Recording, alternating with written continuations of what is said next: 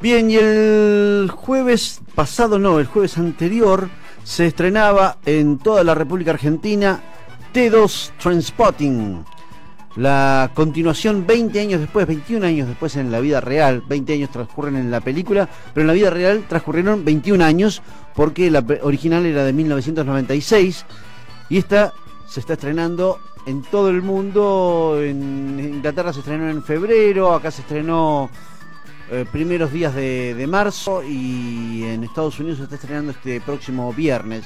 Y mientras está haciendo su tour promocional en Estados Unidos, de cara al estreno de la película, tenemos la oportunidad de estar charlando con su director, Danny Boyle, mismo director también de la Trainspotting original y de otras muchísimas películas. El tipo ha ganado el Oscar a Mejor Director y ganó Mejor Película por ¿Quién quiere ser millonario?, Slumdog Millionaire, pero también ha dirigido 127 horas, Exterminio, Vida sin regla, La playa, Steve Jobs fue su película más reciente, En trance. Estamos en comunicación telefónica con Danny Boyle. Hola Danny, soy Rodrigo de Argentina, ¿cómo estás? I'm very well, thank you. Nice to speak to you. Bueno, dice, hola, gracias, estoy muy bien, y es muy bueno estar hablando con nosotros. Bueno, en todas tus películas los personajes centrales son seres cuestionables y llenos de miserias. Generalmente tienen tantos ítems para ser odiables que de algún ridículo modo se convierten en héroes de la desesperanza y de la insatisfacción.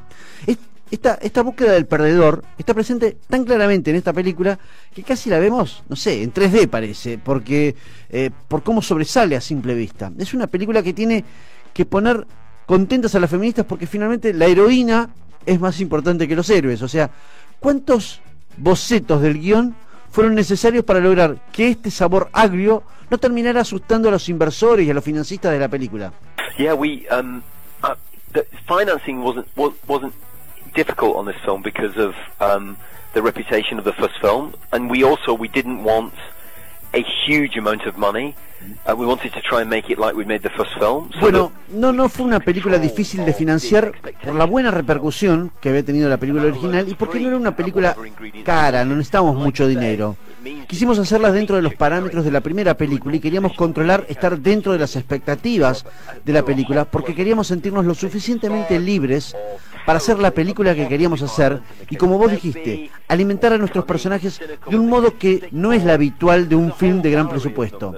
Queríamos maximizar, por ejemplo, la desesperanza en el caso de Spud, llevar al límite la violencia en el caso de Begbie, o ser ultra cínicos en el caso de Sick Boy. Entonces no terminamos cerrando con un estudio como productora. Arreglamos con los actores un salario básico igual para todos y darle puntos sobre la que la película recaude después. En fin, hicimos todo para mantenernos independientes y liberados de las presiones externas, porque una de las cosas principales a mostrar en qué paupérrimamente los hombres envejecemos en comparación a las mujeres, del modo tan pobre que lo hacemos. Las mujeres son mucho más sensibles e inteligentes en referencia al paso del tiempo. Los hombres nos resistimos, somos indolentes, torpes, y esa adolescencia permanente es lo que nos permitía repetir ciertas cosas de la primera película, en ese afán de no abandonar quienes fuimos, por más que ya no estamos para eso. Aunque finalmente hay como caerles la ficha, porque ya están grandes. Hay una cosa que les termina cayendo la ficha porque ya están grandes, están en los 40 y pico.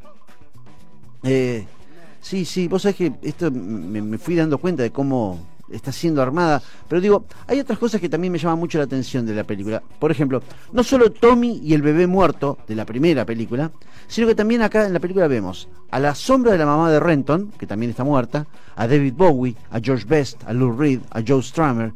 En un momento yo me dije, va a aparecer Bruce Willis, porque estoy viendo gente muerta.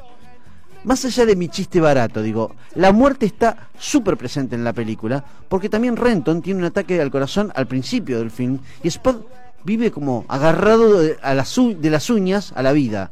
¿Estoy en lo correcto o estoy hablando pavadas? No, it's good.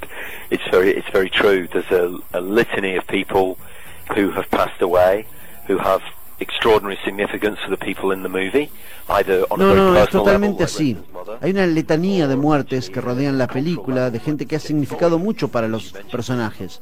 Desde lo personal, como la madre de Renton, hasta la cultura, en lo cultural, tipos como David Bowie, a quien mencionaste. La muerte está rondando sus vidas. Hay una miríada de héroes caídos, donde también incluimos una imagen de George Michael, que murió después de que lo pusimos en la película. Y en un punto dudamos si dejarlo o sacarlo. Pero todo cerraba porque era del videoclip de Wake Me Up Before You Go Go, donde tiene una remera que dice Choose Life, que era lo que decía en su párrafo del comienzo Renton. Los héroes están muriendo y nuestros héroes o antihéroes no lo están teniendo nada fácil. Están en una suerte de memento mori, donde el tiempo se las está cobrando todas juntas. Y el contraste es con la primera película, donde hay una escena donde ellos no parecen darle bola al tiempo, porque creen que van a ser jóvenes siempre y nada les importa. Acá la ecuación se invierte, porque es al tiempo al que le importa una mierda de ellos. Y esto no solo es válido para los personajes, sino también para los actores. Todo el mundo está recordando fervorosamente la primera película, a Renton saliendo del inodoro y eso. Y es una imagen congelada en el tiempo, donde ellos ya no son esos seres. La vida les ha pasado por encima, y si lo hicimos saber qué parte del juego, del film, es que la gente descubre lo que el tiempo les ha hecho. Esto es como un telescopio. Me refiero a que si mirás de un lado del telescopio, ves todo muy distante, lejano, que nunca te va a llegar. Pero cuando das vuelta y mirás por el otro lado, de repente todo está encima y no puedes hacer nada para evitarlo. Y eso es algo interesante, porque nos enseña que a todos nos llega y no podemos hacer nada para no estar en ese lugar. And at other times, when you look down the other end of the telescope, it's back on top of you, and it seems impossibly close. And that applies to all of us. And it's a way that I think the poignancy of the film towards the end is achieved. Is realizing that this will apply to all of us, really, in the way that it applies to them. En esta película, la paleta de colores de tu director de fotografía, Anthony Dodd Mantle, es tan increíble que de algún modo nos hace pensar que Edimburgo es una pequeña Calcuta, con sus colores que parecen salirse de la pantalla. Pero el film tiene tantos toques visuales hermosos que quiero hablar de ellos. Por ejemplo, algunos momentos son subrayados utilizando el cuadro congelado. En otros, los flashbacks son proyectados sobre autos o en paredes. ¿Podemos hablar de este metalenguaje que utilizás en la película? Yes, we were very... we wanted to honor the first film, the color palette of the first film, which was adventurous, and we wanted to, so it is from the beginning, it is not a social realist world you're looking at, it's a heightened world. Sí, de algún modo quisimos honrar a la paleta de color de la primera película, que fue muy aventurera. Lo que vemos no es un mundo socialmente realista, sino un mundo de realidad aumentada. Porque básicamente los personajes que conocemos, a través de cómo los vimos hace 20 años, y con la música que tuvo el primer film, eran figuras de cultura pop en sí mismos. La música en ellos, tal como lo es para muchos de nosotros, es parte de la arquitectura de nuestras vidas. Nos acompaña todo el tiempo. Entonces, el estilo visual también es de cultura pop. Y si bien presenta esta realidad aumentada, y somos conscientes del manejo visual, nuestra ambición era que ese estilo no distrajera de lo que se está contando, sino que por el contrario profundice nuestra relación con estos personajes de cultura pop. Definitivamente, para la gente que nació en los 50, en los 60, en los 70, la cultura pop es parte de nuestras vidas. Es algo intrínseco e inseparable. Y no lo vemos como una cultura menor, sino que le damos un valor equivalente al de la considerada cultura seria o formal. Hace casi 10 años hice mi primera entrevista con vos cuando estabas en la promoción de Sunshine, Alerta Solar. En ese momento me dijiste que había dos obstáculos para la secuela de Trainspotting. Uno, los actores no habían envejecido lo suficiente como tendrían que hacerlo los personajes.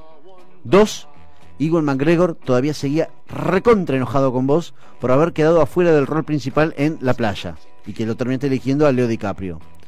Hace 3 años y medio hice mi segundo reportaje con vos cuando estrenabas En Trance. En ese momento la continuación me dijiste que no era imposible, pero el Angry Bird seguía igual de enojado con vos. Ahora todo finalmente está ok y en paz. Por lo tanto, podemos saber cómo fue el proceso de domar a este fierecillo indomable.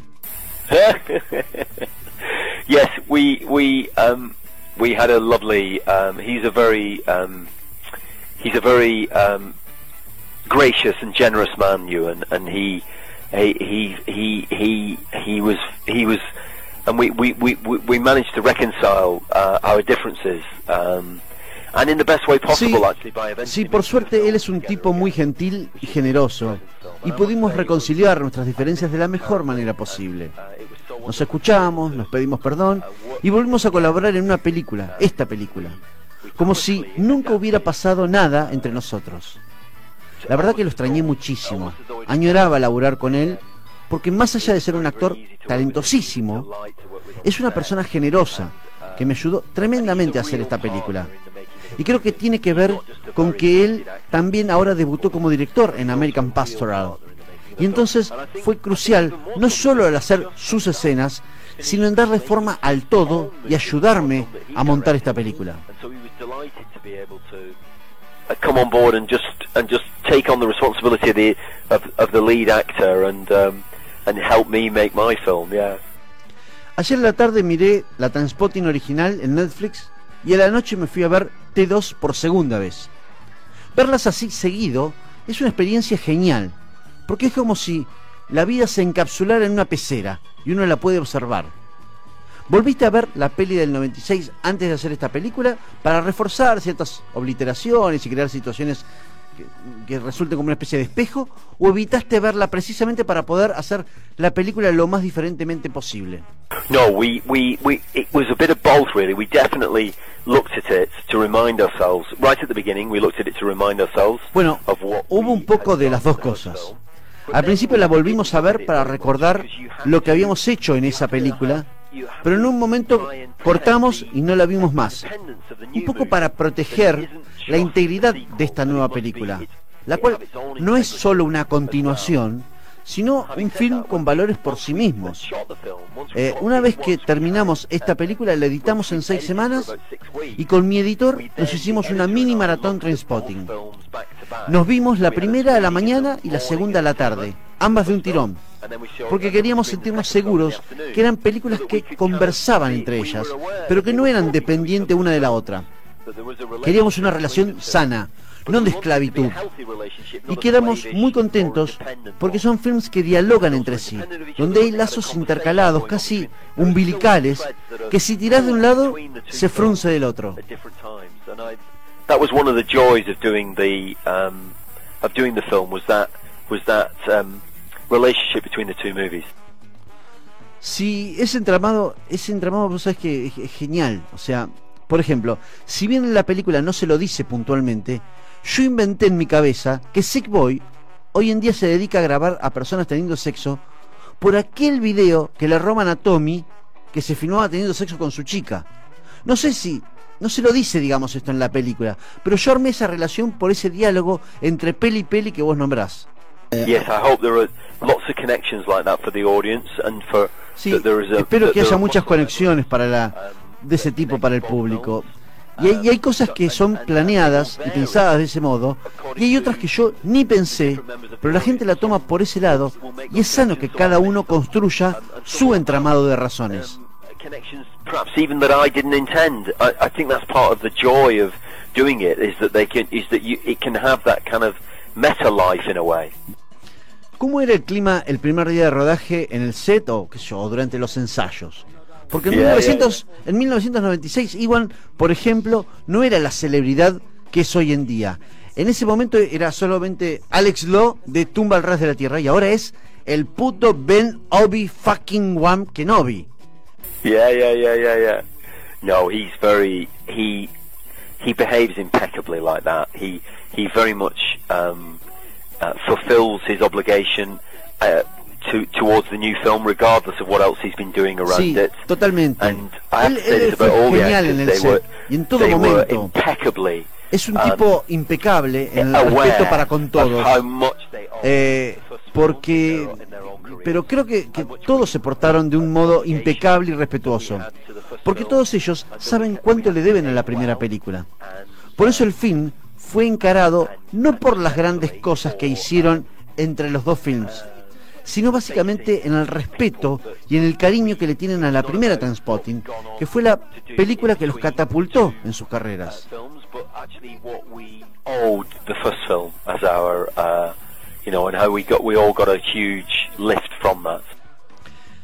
Cuando cualquiera de nosotros va a otro país, lo primero que se aprende es a pedir comida, a pedir dónde dormir y a pedir para cambiar plata. Pero la primera cosa que aprendemos por diversión son las malas palabras en otro lado. Con vos aprendí que cunt, que es algo así, la traducción sería como concha o conchudo, es una forma cariñosa de llamar a alguien en Escocia.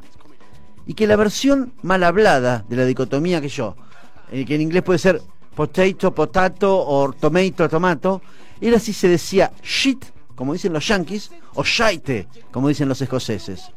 Habiendo recorrido todo el mundo promocionando tus películas o buscando locaciones, ¿qué es lo más divertido pero impublicable que aprendiste y que finalmente ahora nos vas a hacer conocer?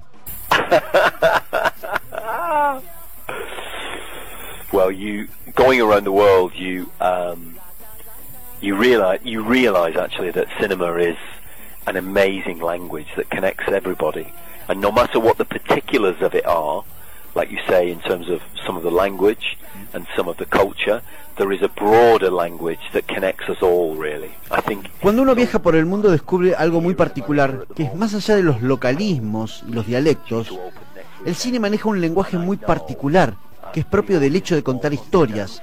Hay un lenguaje propio del cine.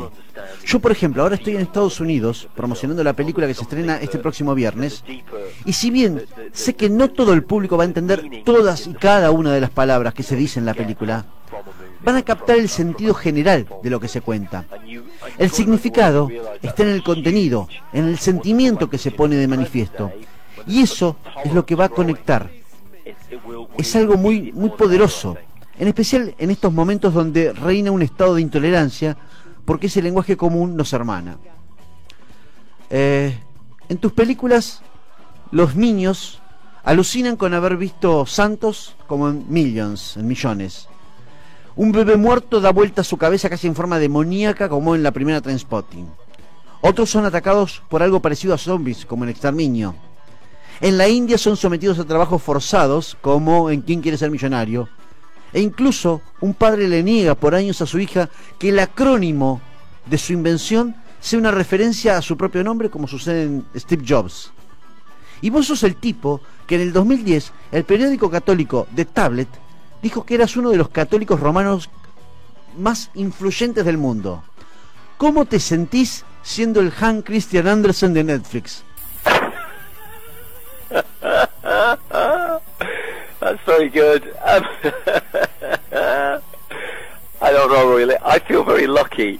I think that if you get a chance to make a few films, which I've had, you have to be Nunca me habían dicho very eso. aware of how lucky you are. Creo que tengo mucha suerte de haber hecho unas cuantas películas y haber podido contar cosas que me interesaban, ya que el tiempo no se detiene por nadie. Es más que una moda, porque los gustos cambian, las modas pasan, y sin embargo yo tengo la enorme fortuna de seguir siendo llamado para dirigir películas. Pero la verdad que nunca me habían dicho eso. Es la primera vez que alguien me dice que soy el Hans Christian Andersen de Netflix. Es genial. Le voy a avisar a otros reporteros de lo que me dijiste. Es más, lo voy a poner en mi tarjeta de presentación.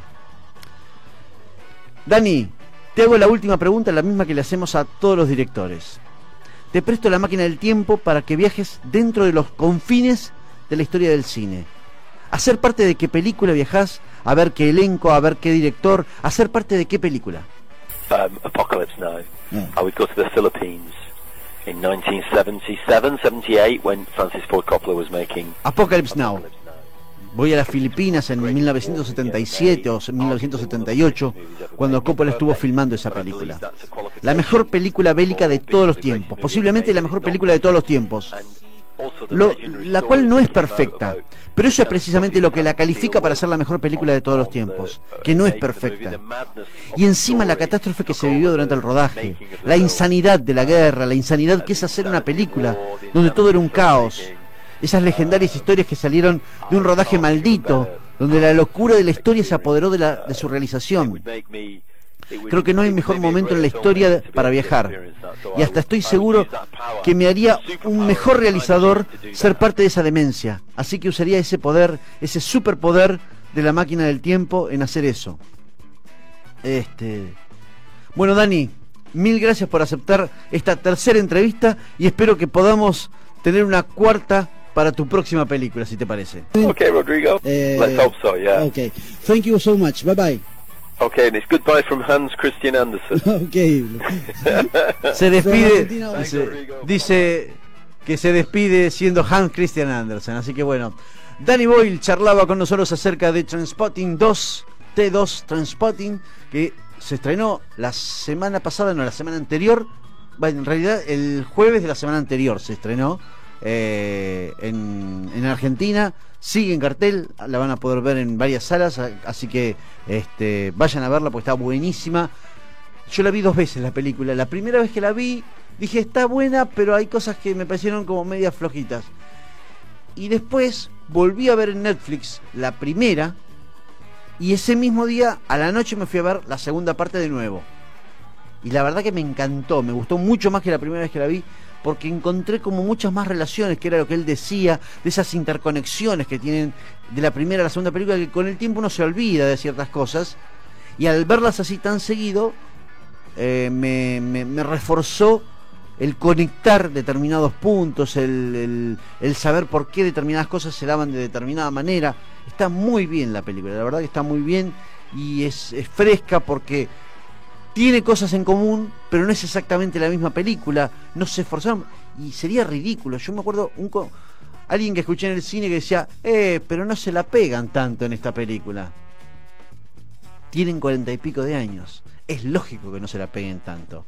Una cosa es la que, digamos, los Rolling Stones no toman lo mismo a los 20 que a los 60.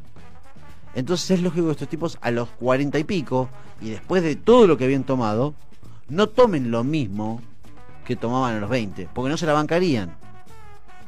Porque el personaje de Ewan McGregor arranca la película con un bobazo, entonces ya no se lo podría bancar. Entonces es lógico que no se comporten exactamente igual, pero viven dentro de esa marginalidad relativa que se planteaba en la primera película. Así que una muy buena película. Danny Boyle charlaba con nosotros acá en Siempre es Tarde.